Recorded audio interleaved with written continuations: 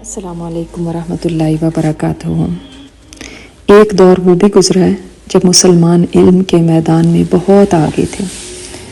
آج مسلمانوں کے زوال کا ایک سبب یہ بھی ہے کہ وہ علم میں پیچھے رہ گئے۔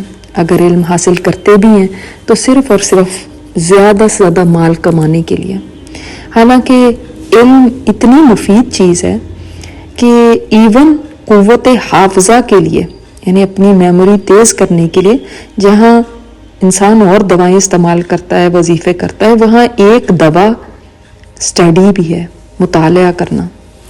خواتین نے تو بالکل اس چیز کو چھوڑ دیا۔ وہ سوچتی ہیں کہ جب ہم ایک دفعہ اسکول یا کالج سے نکل گئے، ڈگری لے لی، تو اب مطالعہ کا کیا کام رہ گیا، لہٰذا وہ اس کو بالکل اگنور کرتی ہیں۔ ہانڈی روٹی میں پڑ گئی، بچے سنبھالے اور اسی کو اپنا سمجھا کہ یہی بس ہے، اس کے علاوہ کتاب سے محبت کوئی چیز نہیں۔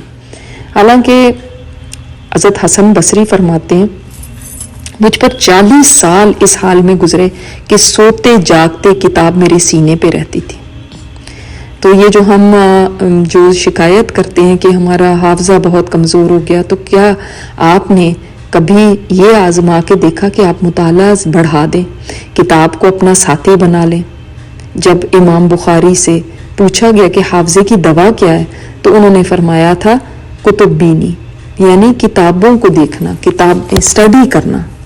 تو آپ اچھی کتابوں کو اسٹڈی کیجئے، کچھ نہ کچھ یاد کرنے کی کوشش کیجئے، اور کیا ہی بات ہے اگر آپ قرآن کریم کچھ نہ کچھ اپنے سینے میں محفوظ رکھنے کی کوشش کریں۔ اسی طرح تفاسیر پڑھیے، احادیث کی کتابیں پڑھیے، تعلیم میں اپنے آپ کو آگے رکھنے کی کوشش کیجئے، کوئی نہ کوئی مفید علم ضرور حاصل کیجئے۔ اور اس کو یہ نہیں کہ ایک ایج ہے تو وہاں تک ہم نے پڑھنا ہے، بلکہ ہمیشہ کے لیے اپنی جس ایج میں بھی آپ پہنچ گئے، یہ نہ سوچئے اب پڑھنے کا کیا فائدہ۔ جس ایج میں بھی آپ ہیں، اچھی مفید کتابیں ضرور اپنے ساتھ رکھیے، ان کا شوق رکھیے۔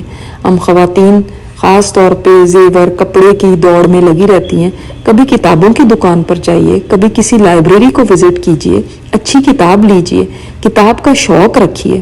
امام برہان الدین زرنوجی فرماتے ہیں، اے طالب علم، تو ہمیشہ درس اور مطالعے میں مصروف رہے، اس سے کبھی جدا نہ ہو، کیونکہ مطالعے کے سبب ہی علم میں ترقی ممکن ہو سکتی ہے۔ تو اسٹڈی کریں، کوشش کریں کہ کتاب آپ کے پاس ہو، جہاں موقع ملے تھوڑا سا پڑھ لیا۔ کوئی ضروری نہیں کہ آپ نے کوئی امتحان ہی دینا ہے تو پڑھنا ہے، یا ضروری نہیں کہ آپ نے پوری کتاب ہی ایک دن میں ختم کرنی ہے۔ تھوڑا تھوڑا پڑھتے رہیے، خاص طور پہ رات کو سونے سے پہلے مطالعے کی عادت ڈالیے۔